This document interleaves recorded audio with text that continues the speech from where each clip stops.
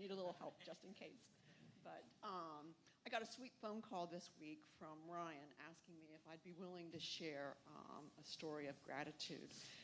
And crowds are a little intimidating to me, but I said yes, and I said, I know just what I can say. It's my journey here to Horizon. And it feels like maybe 2 or 3 years where I constantly went before the Lord and said, I need a church family. I want to do life with people. And I searched and I waited and I prayed and I waited. And a friend of mine, a dear friend of mine, Nancy Bryant, said, why don't you come to Horizon? And so I came and I sat here in the front row and I immediately saw the screenshot of the vision of Horizon saying, be, belong, become. And I was taken, I was captured by that. And then the screens went on and showed all the things that this great body does. Reaching out, small groups, women's things, men's things, just on. And I thought, this is a real community here. And I felt like God said to me, Patty, you have a home. And so I just wanted to share a few of the things that God has really blessed me with through you. And the first would be the leadership, Ryan and Tyler. I met with Ryan for lunch one day. And he actually said to me, well, I can come to you wherever you live. I'll come. I was taken back by that kindness.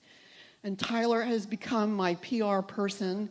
I don't think there's anywhere that I could be where he wouldn't say to me, Patty, I want you to meet this person, or have you met them? And just always looking for ways to help me to integrate. And he had said to me, you should meet Beth Ann. And she was away for some of this summer, but finally I sat here and he said, oh, Patty, Beth Ann's here. I want to introduce you. And I looked at her and I recognized her. I was shocked. I knew her from a whole different context than here at Horizon. And tears welled up in my eyes because, like God was saying, you'll know people here. And so she introduced me and placed me in an if table. And I have come to love and enjoy the women in this group. They have prayed for me and loved on me and treated me like family. And then I went to game night and I met some really smart and competitive and laughing friends. They really enjoy playing games, and it ministered to my heart. I volunteered to greet, and I don't know if you've ever had that opportunity, but it's sweet, and I actually have been greeted better than I have greeted.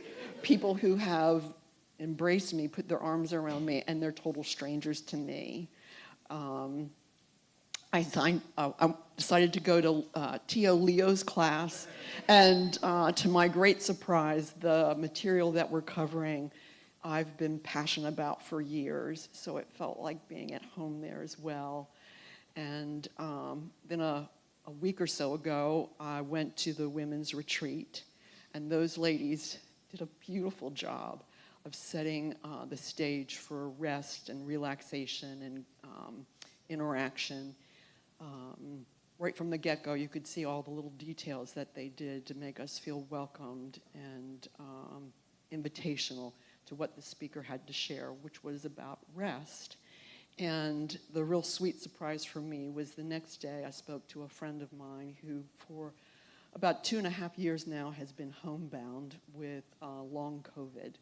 And she asked me about the retreat, and I started to get out my notes, and we talked about what made us tired, and we cried together, and we laughed together, and we ended that conversation feeling full, and it was just a gift to have been at the retreat and then the opportunity to pass that on.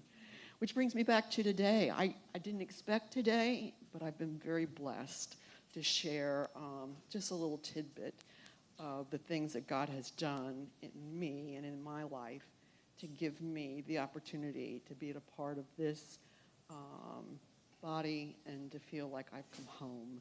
And so thank you for the way you're living your lives. because behind you is the God of all goodness and all grace, who's speaking through you to me, which ministers to me more than you'll ever know. So thank you.